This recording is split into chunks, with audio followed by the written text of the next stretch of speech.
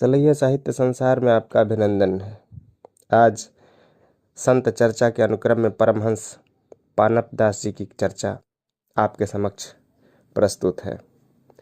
परमहंस पानपदास जी का जन्म बीरबल के वंश में जो जात के ब्रह्मभाट थे संवत 1776 में हुआ था, परंतु पूर्वजों की भांति उनके माता पिता की आर्थिक अवस्था अच्छी नहीं थी।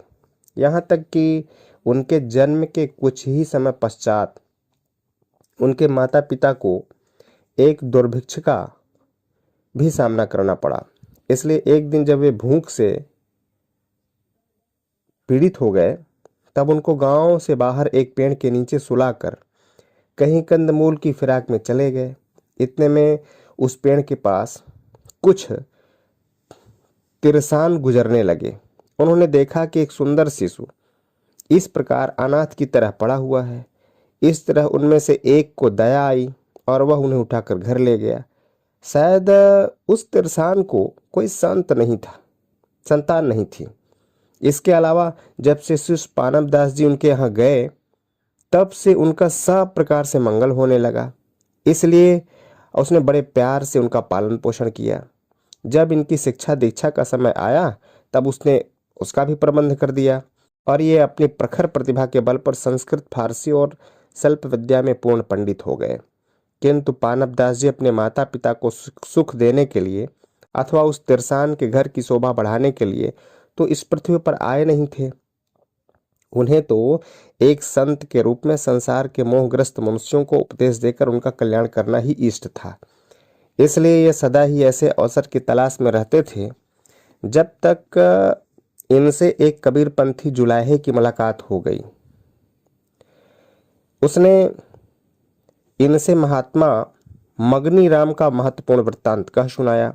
फिर तो इनके अंदर बचपन से ही जो परमार्थ सावधान संबंधी भाव थे वे और भी जग पड़े और इन्होंने जब तक महात्मा मगनी राम का दर्शन प्राप्त नहीं किया तब तक दम नहीं लिया। महात्मा मगनी राम उस समय अलवर राज्य अंतर्गत तिजारे में थे और जैसा उनका नाम था उसी प्रकार वे मालिक की याद में सदा निमग्न रहा करते थे। उन्हें संसार की मान, मर्यादा और ख्याति विष के समान प्रतीत होती थी और इसी कारण अपने भीतरी स्वरूप को लोगों की दृष्टि से छिपाने के लिए उन्होंने बाहर से पागल का सा रूप बना लिया था। इसलिए बहुत थोड़े लोग उनको पहचान कर उनके पास जाते थे, परंतु जब श्री पानपदास जी उनके पास पहुंचे तब उनसे भी अपना असली स्वरूप छिपा न रह सका। उन्होंने उनसे दीक्षा के लिए प्रार्थना की और उन्होंने भी उनसे पात्रता देखकर उनको दीक्षा दे दी।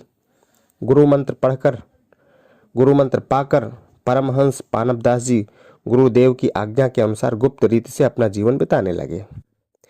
एक बार विचरते हुए वे बिजनौर जिले के धामपुर नामक स्थान में आए।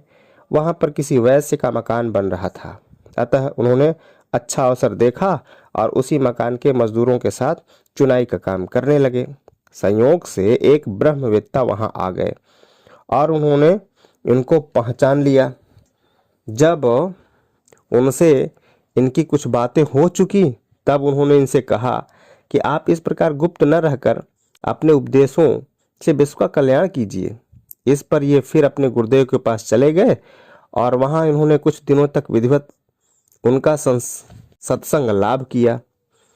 तत्पश्चात गुरुदेव की आज्ञा लेकर ये दिल्ली आए और वहां रहकर प्रकट रूप से लोगों को उपदेश देने लगे। लोगों में इनकी मान्यता बहुत बढ़ गई और वहां सत्संग भवन भी बन गया जो अब तक मौजूद है, जहां पर इनका चित्र और वाणी ग्रंथ भी रखा हुआ है। कुछ काल के अनंतर दिल्ली से चलकर ये फिर धामपुर में पधार गए, परंतु वहां के लोगों ने फिर भी इनको नहीं पहचाना। अतः इन्होंने वहीं पर गुप्त रूप से राजक का काम शुरू कर दिया। मगर दूसरे मजदूरों ने जब इनको आवश्यकता से अधिक परिश्रम करते देखा तब इन्होंने अपने हक में खराबी देखी और वे इनसे चिढ़ने लगे। यहाँ तक कि मकान मालिक के यहाँ इनकी शिकायत हो जाए और ये निकाल दिए जाएं। इसके लिए अन्य राजाओं ने मकान की दीवार टेढ़ी करके सारा दोष इनके मत्थे मर दिया।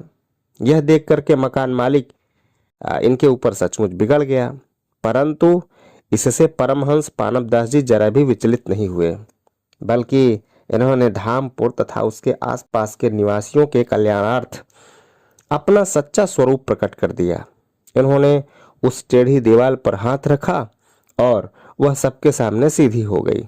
फिर तो यह करामात देखकर सब लोग इनके चरणों पर गिर पड़े और मकान मालिक तो मकान को ही उनकी सेवा में भेंट कर दिया, जो अब तक महल के नाम से विद्यमान है।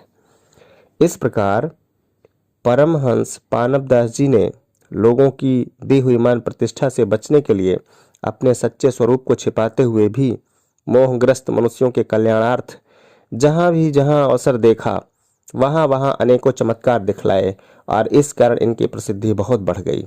अस्थाना भाव के कारण इनके अन्य अनेकों चमत्कार यहाँ नहीं लिखे जाते हैं, नहीं कहे जाते हैं, लेकिन संक्षेप में यह कहना है कि परमहंस पानपदास जी एक उच्च कोटि के आत्मज्ञानी और बहुत शक्ति संपन्न संत थे।